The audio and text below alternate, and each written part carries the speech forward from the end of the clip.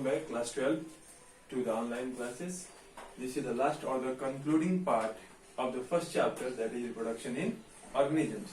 Till now we have already studied about the different types or modes of reproduction in organisms. So today we are going to talk about events in sexual reproduction. Okay, already we have studied about the sexual reproduction.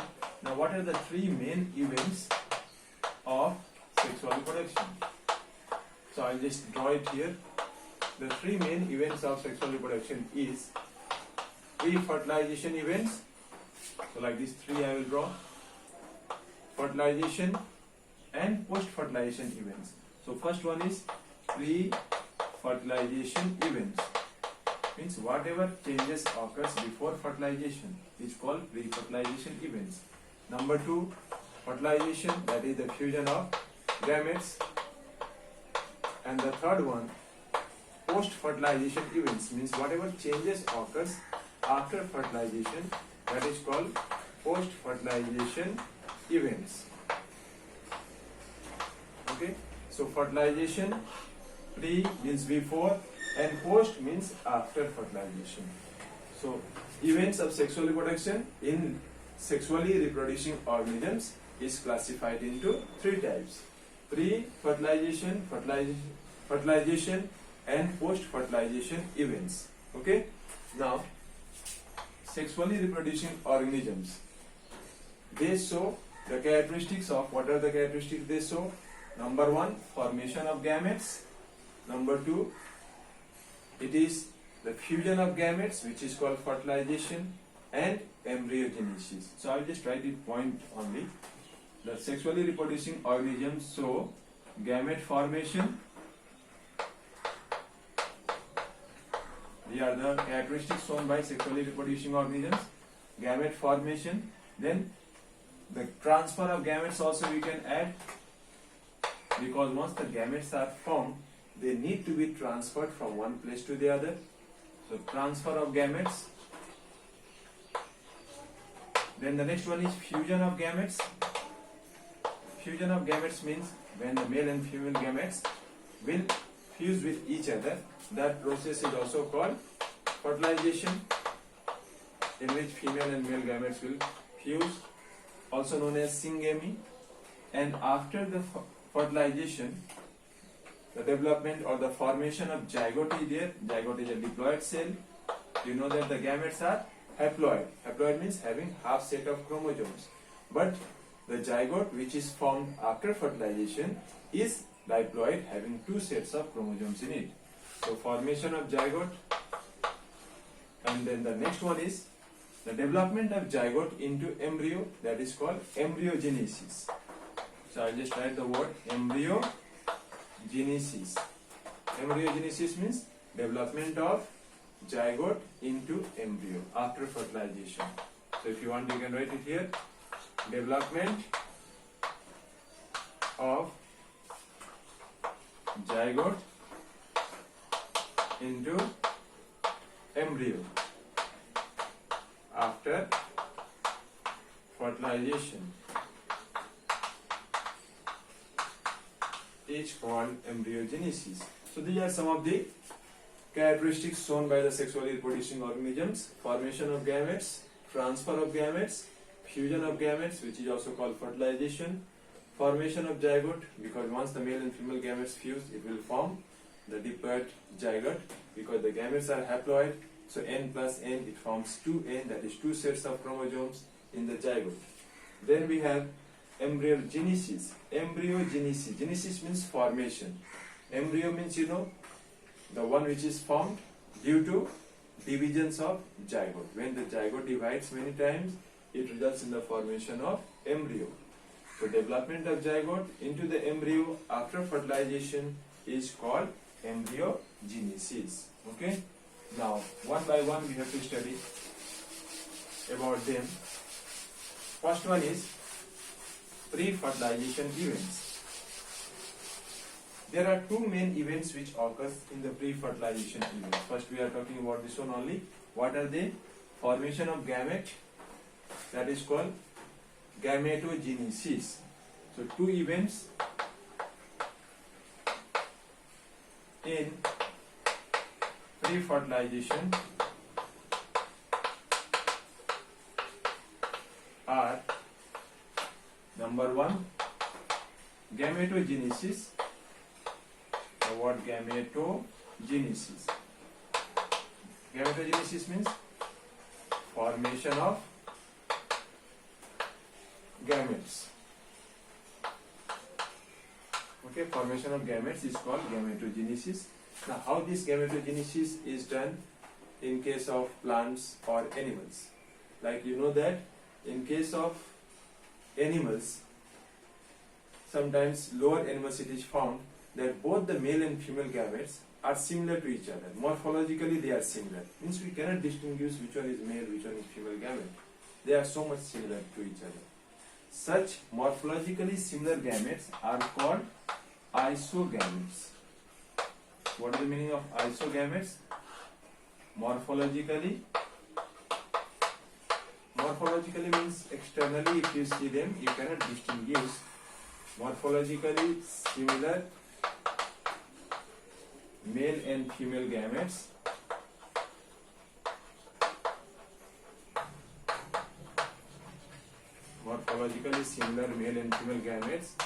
are called isogametes. Iso means same, equal. So both the male and female gametes look similar to each other, that's why they are called isogametes. But in majority of higher organisms and higher plants also, it is found that the male and female gametes are dissimilar or they are distinct, they are separate, they are not looking like each other. So that dissimilar gametes are called heterogametes. Heterogametes means dissimilar gametes only, I will write here. Dissimilar gametes. Like this, you can give the example of human beings also. In our case, or the human beings, the male gamete or the sperm cell has a different structure. It's just like a thread. The female gamete is oval or round in shape. So both of them are morphologically distinct. They are not similar to each other. Similarly, in other organisms also, heterogametes are present. Okay. Now next, the gametes. First event I said, pre-fertilization event. It includes two events. What are they? Formation of gamete, that is called gametogenesis, and the second one is transfer of gamete. Okay. So number 2 is transfer of gamete. This one I will do it now.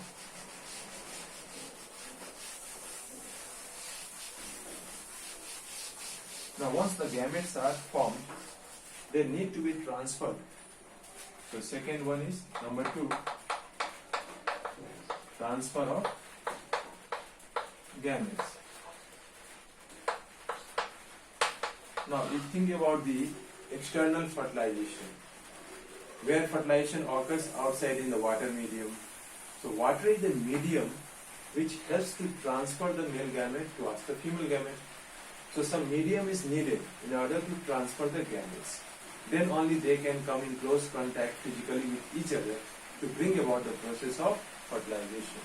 The transfer of gametes, the definition is the movement of gametes from one place to the other in order to bring about fertilization or fusion of gametes. Okay. Now, this one already I have done. Next one is haploid parents. Now, generally we see that our body, we are diploid. Our body cells are diploid. But some organisms are there whose body is haploid. So, haploid parent, haploid means the parent whose body cells contain half sets of chromosome. That's why I wrote the word haploid parent. Produces gametes by. Now which type of cell division is required to produce gametes? We know that gametes are also haploid, having half sets of chromosome, and the body of the parent is already haploid. So which type of cell division, mitosis or meiosis? It should be by mitosis cell division. Okay. In haploid parents only, the gametes are formed by mitosis. But in case of majority of diploid organisms, in diploid organisms means plants or animals, gametes are formed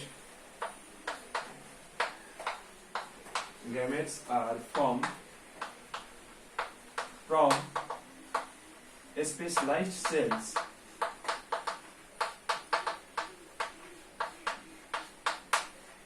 called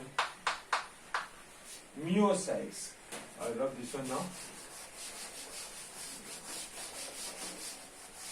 In case of diploid organisms, like we are also diploid, okay? So in case of diploid organisms, means plants and animals, their gametes are formed from special cells. Specialized means special cells, and these cells are called myocytes. Take the spelling MEIOCYTES, myocytes. So what is the meaning of myocytes? In bracket you can write gamete mother cell, means the place from where the gametes are produced. That is called gamete mother cell. And whether it is haploid or diploid, these myocytes are diploid. 2N means they are diploid in nature. Okay? By the process of which cell division is needed here? Reductional cell division is required. That is meiosis cell division is needed. Okay? So in case of diploid organism, it is the meiosis cell division which is needed for the formation of gametes, whereas in case of haploid parents, it is the mitosis cell division which results in the formation of gametes. Okay, got it now? Now next we have to study this pre-fertilization event is already complete. What is here in the syllabus is you have to learn the number of chromosomes of some organisms. The name of those organisms are also there. I'll just write them so that you can learn sequence wise. I have counted total 9 organisms are there.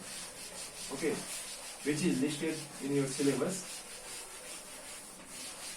So I'll make a table or a chart in which the name of the organisms, like first column I will write the organism name, then the number of chromosomes in myocytes,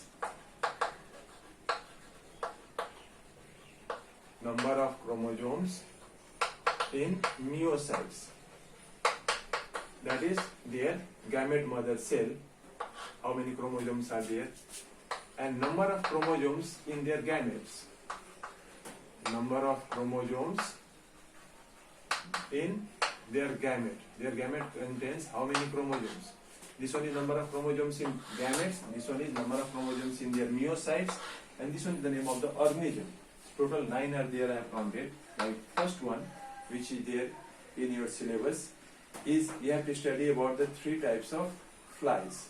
What are they? Fruit fly, house fly, and you have to study about the butterfly. So first one that comes is house fly.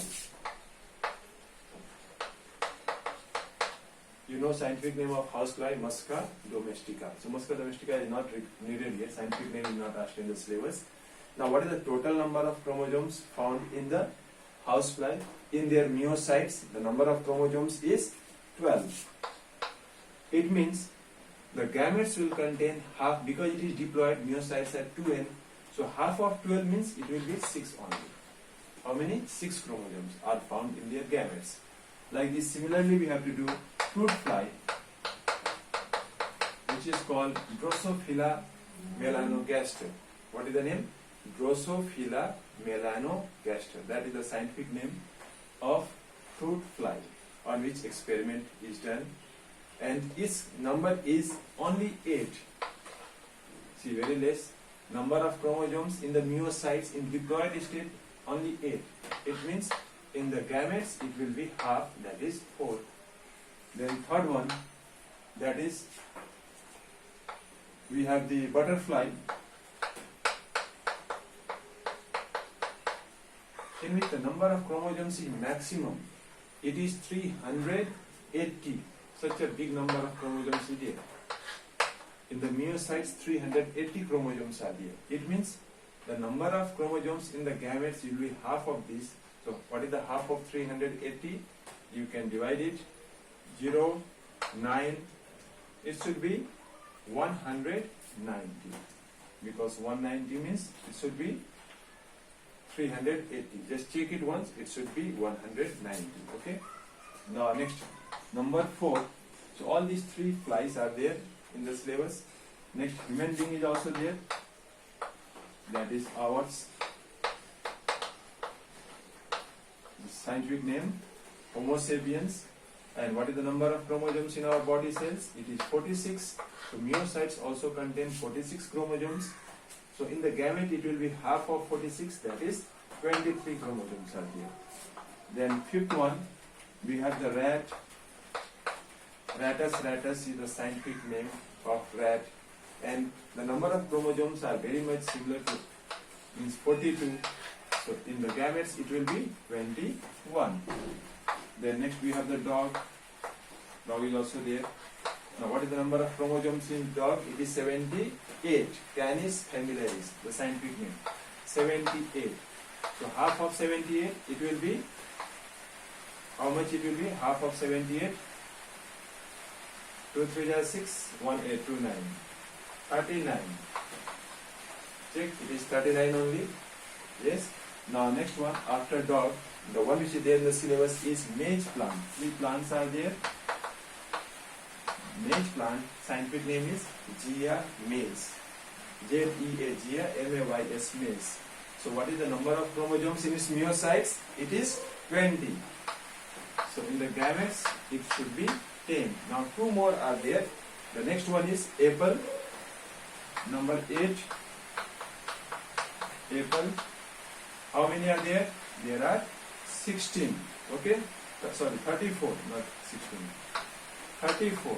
It should be 17 in the gametes. And one last is there, that is onion. Onion has 16 chromosomes in the myocytes, and in the gametes it will be half of 16, that is 8 only. Okay? So this much we have done.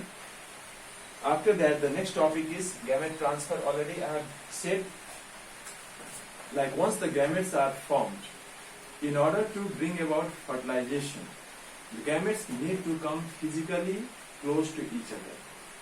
And that process of fusion of male and female gametes is called fertilization or singing.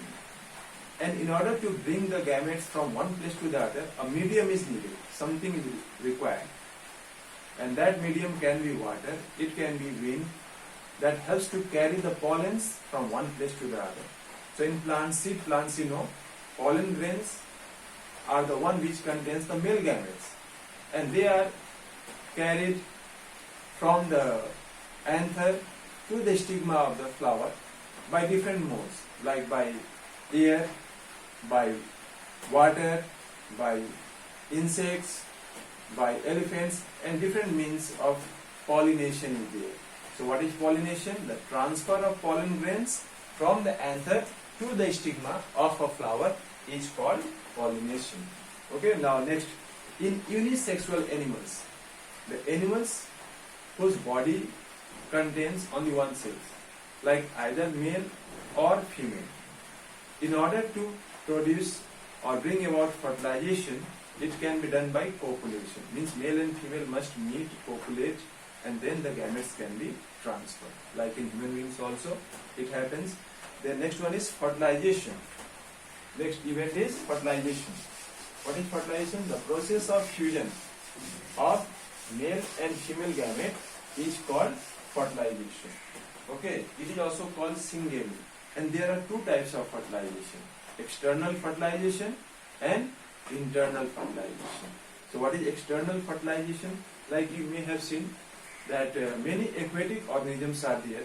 Aquatic means those plants and animals which are found in water. So what happens? They discharge their male gamete in the water only. So male gametes will swim and reach up to the female gamete and cause fertilization. So this type of fertilization which occurs outside the body of living organisms is called external fertilization. Now there is one demerit of this external fertilization. What is that demerit? Why it is not good? Because whatever, like after fertilization, embryogenesis will be there and the development of embryo will take place. But those embryos or the fertilized zygote, they are not safe. because the predators who are living in that water, they can kill them or eat them. So they are vulnerable to their survival also. Means their survival is at stake due to the presence of predators. Okay. Now second one is internal fertilization.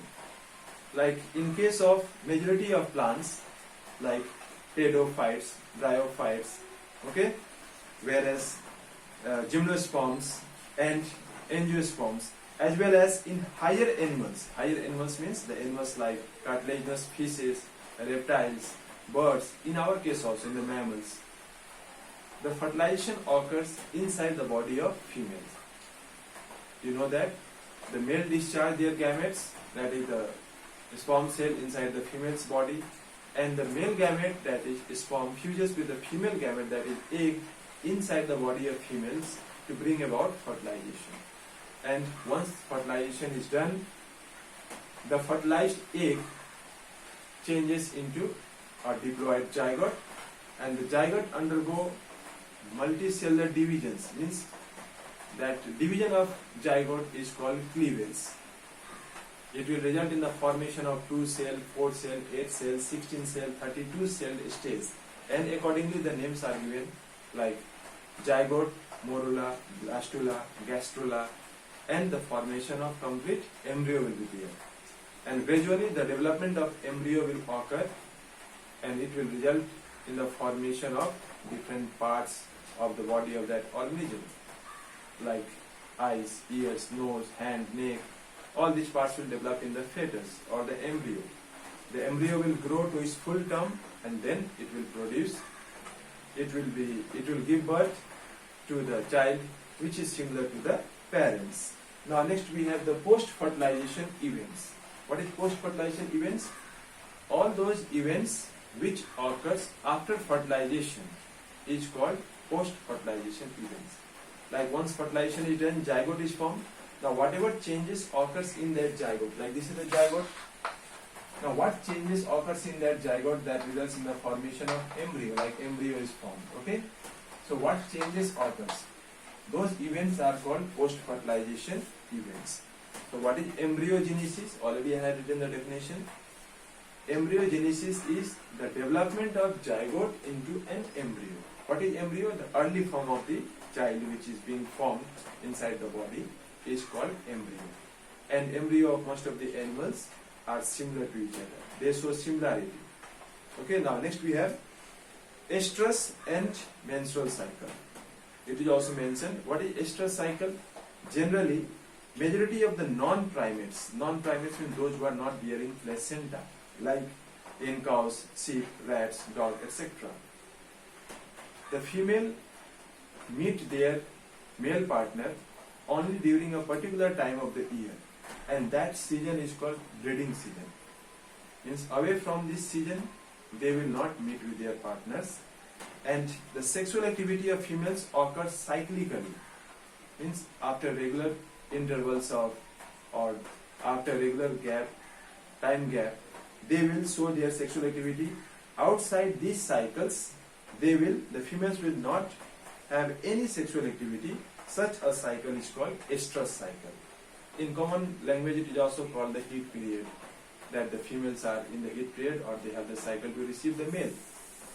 Away from the cycle, they are not going to receive the male, and they are not going to copulate. Now next is the menstrual cycle in primates, like in human beings, monkeys and apes. The female undergo cyclical changes every month and produces the eggs, because it results in the formation of eggs. Some changes are taking place in the ovary. Even the hormones are also responsible for it. Many hormones have its effect on this cycle, and that is called menstrual cycle. Okay. Now one more term I will say before ending up, that some organisms are there in which only the male is there, like in case of flower, you say, in plants I am talking. Some plants are there which bear only the male flower.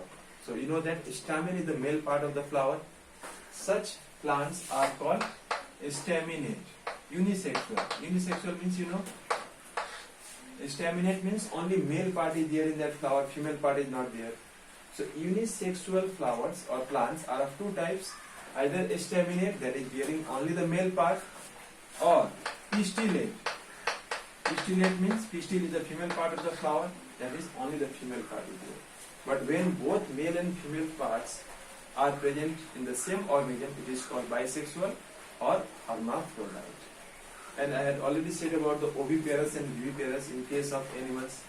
Egg-laying animals are called oviparous, and the organism which give birth to young ones, that is called viviparous. Like human beings are viviparous, but the birds are oviparous, most of them. They lay eggs.